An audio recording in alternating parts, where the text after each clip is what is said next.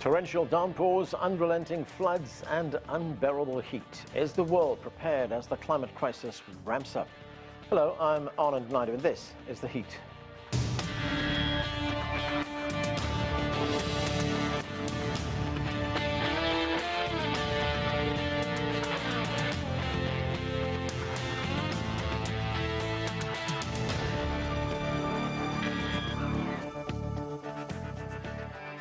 July marked the hottest month on record, impacting more than 80% of the global population. Wildfires scorched parts of Canada and Greece, while temperatures skyrocketed in the United States and across Europe. Meanwhile, China is reeling from the impact of Typhoon Doksuri. Beijing saw the heaviest rainfall in at least 140 years, and rescue and recovery efforts are now underway. We begin this show with CGTN's Huang Yue, who has this report from Beijing. I'm now in western Beijing's Mentogo district, which has experienced severe flooding during the recent heavy rainfall. And after over 70 hours of continuous rain, as you can see now, the flood waters have receded and the recovery work is still underway. In the downtown area of Mentogo district, powerful floods leave behind thick, blood-soaked mud. Sanitation crews, along with government workers and volunteers, are busy cleaning up the main street as the first step in dealing with the aftermath of flash flooding. Some small shops along the river have been hit hard by flood waters, and the shop owners return to clean up the damage in their stores. We came to check the store at 7 a.m. and we couldn't even get inside. The floor was full of silt.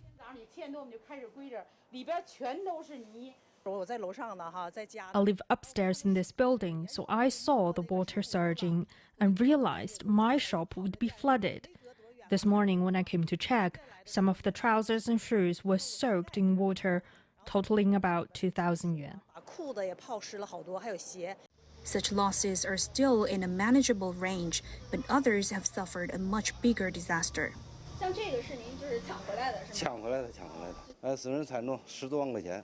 It's a great loss. More than 100,000 yuan of tea leaves were soaked in water, which means they're ruined. I have no choice but to throw them away. I grew up here, and I've had the store for over 10 years. I have never seen such heavy rains. All these electronic devices, computers, printers, paper, they've been exposed to flood water. I haven't calculated the losses, but it's no less than tens of thousands of yuan. I still haven't switched on the electricity as there is still water. So far, the urban areas of Mentogo district have resumed electricity and water supplies. But the rescue operation in remote villages is still ongoing as the floods cut off roads, power, and drinking water. As of Thursday afternoon, all the villages in the district, which had lost contact with the outside world, were reconnected. Shelters have been set up in nearby schools for villagers affected by the disaster. Huang Yue, CGTN, Beijing.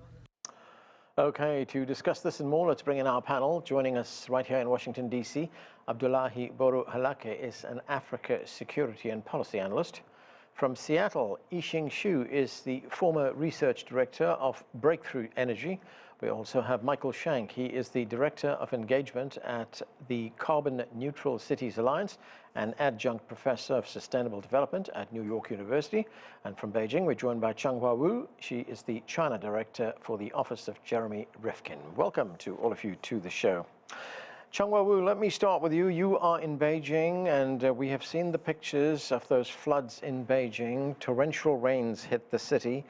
And as I said, it's the most serious flooding we've seen in the past 140 years in Beijing. Now, the city is not new to this kind of flooding, but why were this year's rains so severe? A lot of studies actually have been pointing the direction that against the backdrop of the summer in the Northern Hemisphere, as well as the return of El Nino, which is a cyclical warming period in the Pacific tropics there, climate change definitely is the major reason everyone is pointing finger to, and we need to think about it, what was happening and bearing the consequences at this moment and trying to figure out what to do next. So if just look at the news report or the pictures, articles, videos, TV programs, whatever direction you look at this moment, it's really devastating to see the devastation and the flooding, and particularly the mudslides in the suburban area in Mentogo, and also in surrounding areas in Hebei province. A couple of other cities literally flooded in order to help relax the situation. As reported early on, I think the recovery is underway, and we still don't have the number calculated yet in terms of the losses, but we know there are lives lost. And if you look at the damage to the infrastructure, property, you name it, I think the final point is that the society, our infrastructure, particularly building infrastructure, as well as our ecosystems, are not equipped to fight against the climate change. One additional point, actually, flooding has been very common to this part of the world, of the country. And if you look at it globally, 42% of the recorded disasters in the last few decades actually are flooding. And it's just intensity, frequency, the longer duration, and the strength of those disasters somehow put us under test in terms of how resilient we'll be. And again, it's proven that we are not capable to fight over such kind of disasters. We need to look deeper to figure out how to address the emission issues and fight climate change. Abdullahi, of course, the impact of climate change is being felt throughout the world. And if you look at the flooding that we saw in China, as Changhua just pointed out, there's no country that's actually prepared for this, that is equipped to cope with these kinds of natural disasters. But let's talk about the continent of Africa, where we could see some of the most serious consequences of climate change. One of those consequences is food insecurity. There's water shortages that could happen. There's climate refugees that could cause a crisis. And then, of course, underpinning all of this is the question of cost. What is your assessment of Africa's ability to, to cope with the kinds of changes that we're seeing? I think Africa is probably, if I may, the least prepared continent, because there are already inherent structural weaknesses that have been allowed to fester. And as such, it will be very difficult. Because the thing about climate change is that it makes the already existing challenges by compounding them. For instance, let's take a country like Somalia. This is a country that has not had a stable government since 1991. Subsequently, also, it is a region of the world that is currently in the front line of the climate change. As a result, because you don't have a strong government to begin with, so what you have is they become even more vulnerable when they are hit by the climate change. Just an example. Over the last few years, I think 5 consecutive failed rain at the end of last year almost led to the second round of famine in Somalia. So Somalia tends to be the basket case, but there are many other countries. I think also, speaking about climate change, it takes many forms. In the sense that in some parts like Somalia, you do have, let's say, flooding. It becomes something akin to drought. But you go to South Sudan, not the whole of South Sudan, but in some parts, you see flooding, and all of them have a bearing on governance, food insecurity, and the general livelihood. So Africa is potentially the least prepared. I'll give other guests a chance, but I want to speak about also the question of equity and green, clean transition. Yixing, the Northern Hemisphere has been experiencing extreme heat waves. As I said, July was the hottest month on record. There was a report which was issued by the Intergovernmental Panel on Climate Change, and part of this report said, and I'm going to quote it here, it said, human activities, principally through emissions of greenhouse gases, have unequivocally caused global warming, with global surface temperatures reaching 1.1 degrees Celsius above 1850 to 1900 in 2011 to 2020. So we have been warned about the rise in temperatures for a long time, and we have seen the rise taking place. But it seems recently we've seen a sudden rise. What is happening? Why is it happening so quickly? Yeah, this is a very good question. So first is that the global is warming continuously. Even we somehow magically stop emission today, it's going to continue to warm for roughly 70 years before the temperature comes down. And recently, the warming becomes even worse, or the temperature rises much faster than previously expected. One of the main reasons is the El Nino is going to start this year. And it's very likely we all need to keep this in mind that the next 5 years is going to be very hot because of the kind of the double impact from both reasons. One is global warming, another one is the El Nino. And it's very likely that one of the next 5 years will be the hottest year ever recorded in the world. So a lot of things are changing, and it's unfortunate that even we know global warming is happening, but I still don't feel that there is a very strong sense of urgency. Even countries like China, United States, and Europe are taking a lot of steps to move forward to fight climate change, but I still feel it's not enough, and we still need the speed and scale to really deploy what the mature technologies we already have, like wind and solar, battery, and the EVs. And at the same time, we also need to government needs to have policies to incentivize, such as using tax credits to help relatively new or emerging technologies like green hydrogen, direct air capture, etc., to help them become more commercialized in the next 5 to 10 years. Meanwhile, we really need the government to heavily spend money on R&D to develop new technologies, such as nuclear fusion and other technologies, which may not be ready in the next 5 to 10 years, but may have a huge impact or potential in the next 10 to 20 years to help us fight climate change. Because now the goal is really to get to net zero by 2050 or 2060, and now we need to deploy the capitals then to fund the mature technologies and help the new emerging technologies to become mature in the next several decades. So I think we really need this sense of urgency.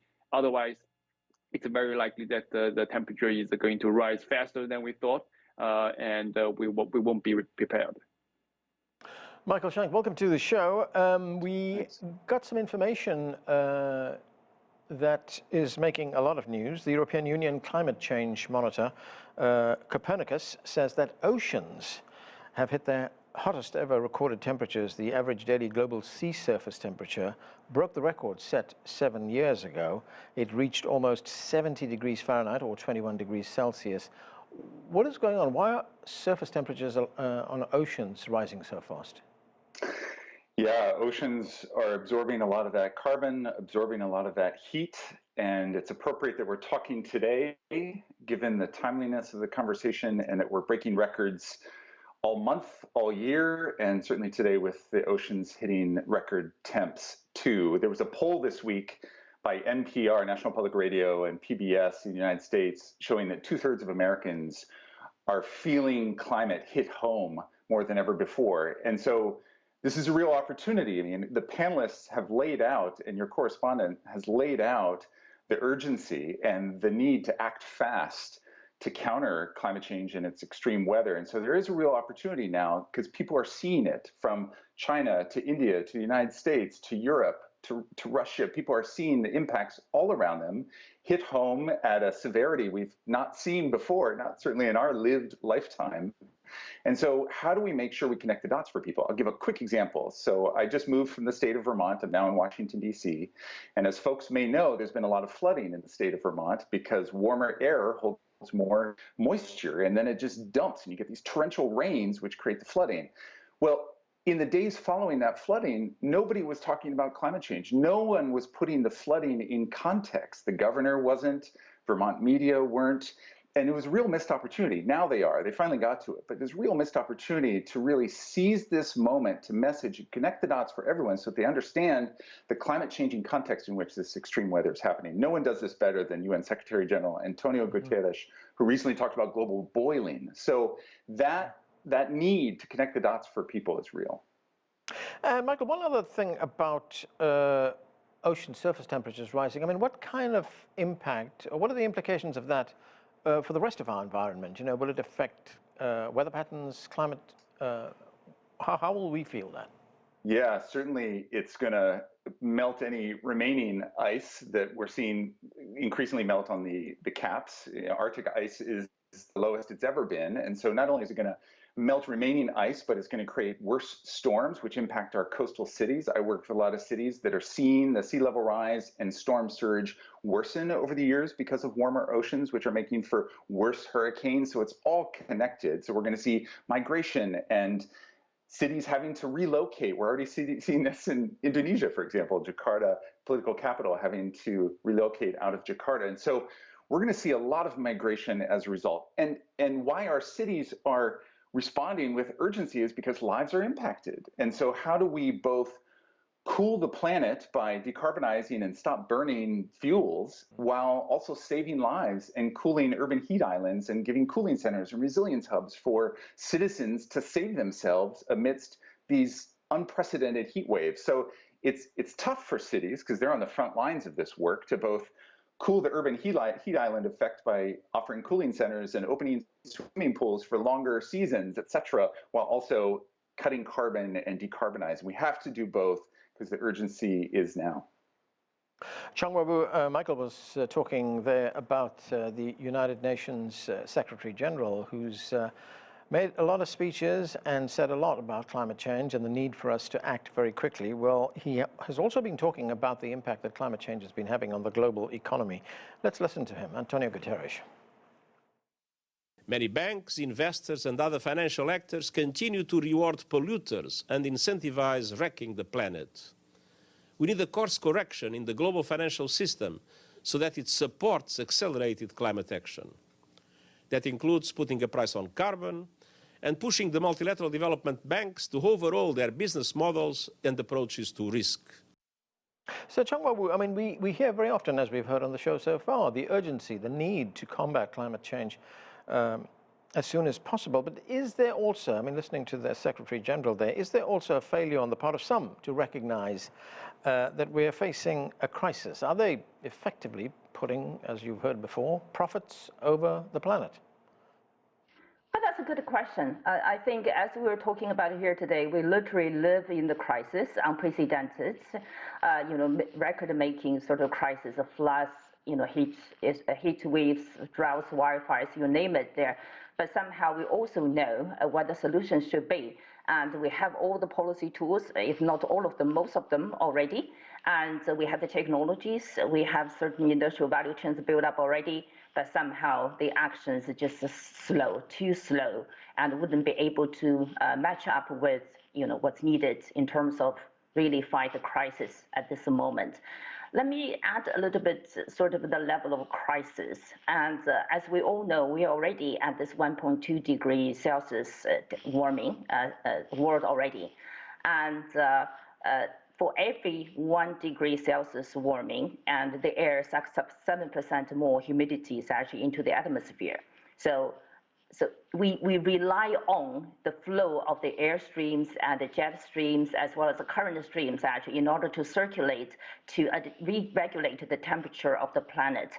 But somehow with the warming, and we started to see air jet streams movement dramatically weakened and slowed down. So you started to see heat domes forming up in patches in different parts of the world in the air.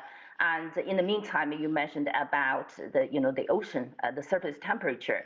Ocean covers about 70% of the planet's area and sucks up 90% of CO2s.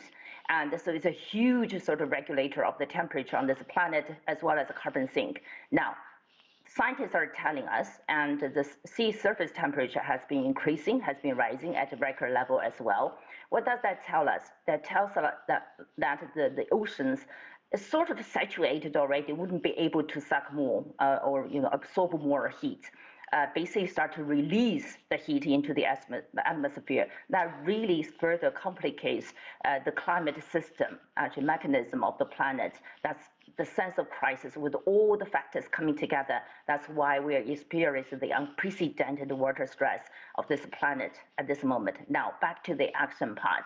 I think Mike mentioned actually the U.S. and the situation with Vermont, particularly he mentioned about this recent survey. There is also another side of the story of the survey that about three-quarters of Republican voters in the U.S. still feel like climate change is not a priority, and economic growth is. So you started to see the continued politicalization of climate change issues, clean energy transition issues there. So there are many barriers, hurdles in reality we need to examine. Why we are not moving faster, even though we've been talking the same language, sending the sense of urgency in the last couple of decades, particularly recent decade, but still our actions are too slow movement, and we just wouldn't be able to step up to fight the crisis. As a consequence, we have to bear the losses and the sufferings that we literally are living through the hell. Actually, that's the issue on the table. I think we all need to think harder.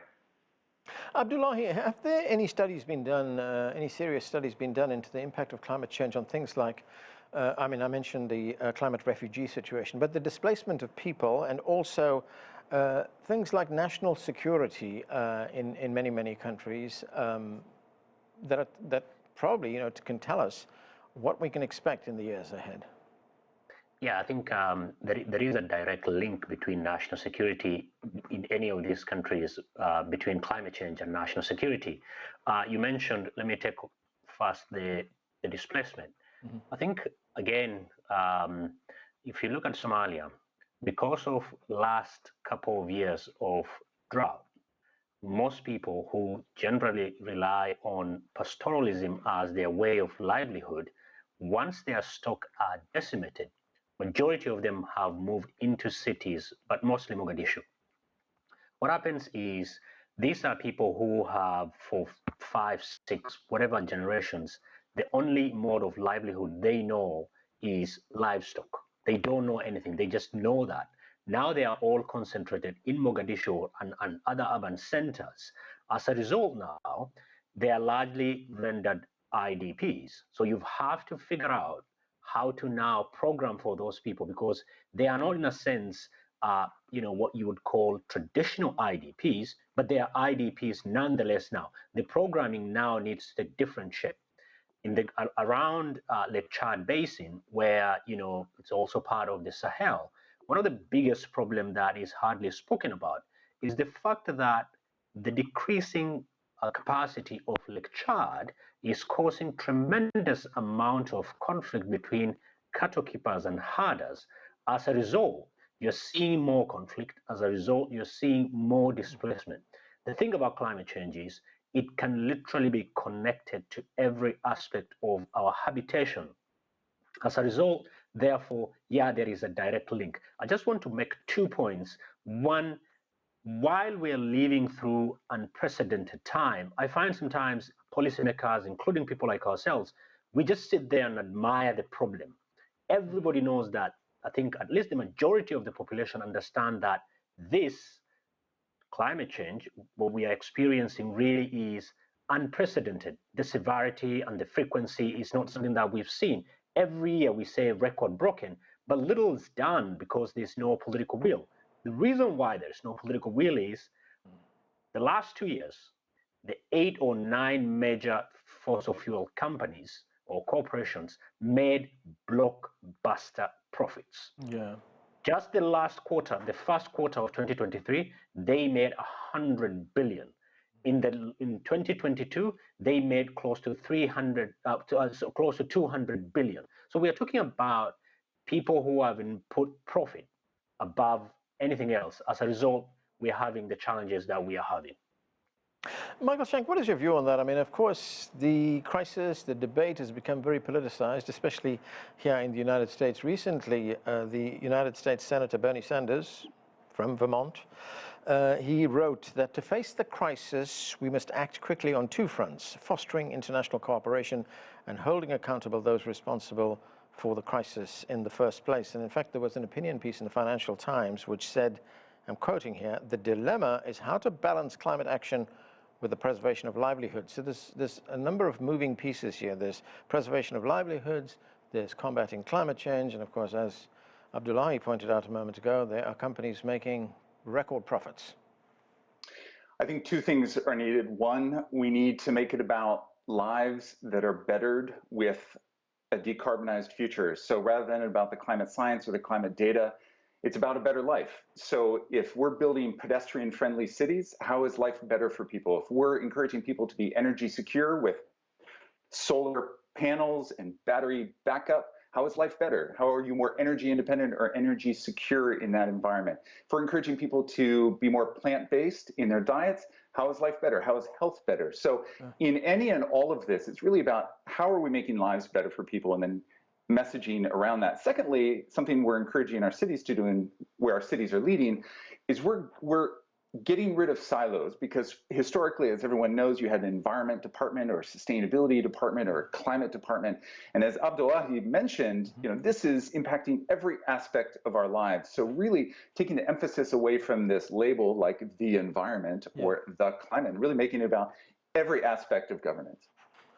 Yixing, India will be hosting the next G20 summit that'll take place next month in September. There was already a meeting before that. That was the G20 Environment and Climate Ministers meeting. That didn't achieve much. So what are your expectations of the Leaders Summit, which will take place next month? Yeah, honestly, I'm expecting quite a lot for every year for this COP meeting. And hopefully this year, I think for the very first time, all the governments in the world are going to do a global stock take. That means that all the countries need to understand their emissions very well, and also understand and track their progress towards reducing those emissions from now on. I think for sure that a lot of countries will find out that they are way off the goals they need to achieve. But that's okay. That's a very good starting point. We don't want to naming and shaming any other countries, but I think in the conference that the people for the first time fully understand globally what are the emissions and what are the progress, and this is a very good starting point. I also expect that more countries are reporting the large-scale deployment of renewable energy, and also the better finance for fighting climate change. Okay, and that is where we have to leave it. Thank you to all of you for being with us. That's it for this edition of The Heat. I'm Anand Naidu in Washington, D.C. Have a good weekend.